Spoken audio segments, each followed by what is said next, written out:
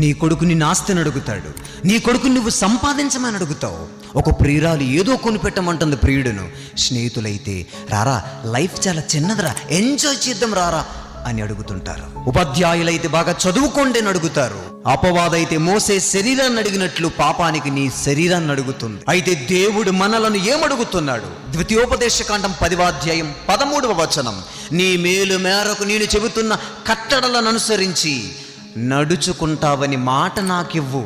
అదే కదా నేను అడుగుతున్నానని దేవుడు అన్నాడు. దావీదు గారు ఎలా అంటారు? నీ కట్టడలను అనుసరించి నడుచుకోవడమే అది నాకు ఒక వరము అని అంటాడు. దేవుడు నిన్ను అడుగుతున్నది నువ్వు చేసి పెడితే నీ తల్లిదండ్రుల గురించి ఆలోచించిన దానికంటే నీ జీవితం మెరుగుపడుతుంది. మర్చిపోవద్దు.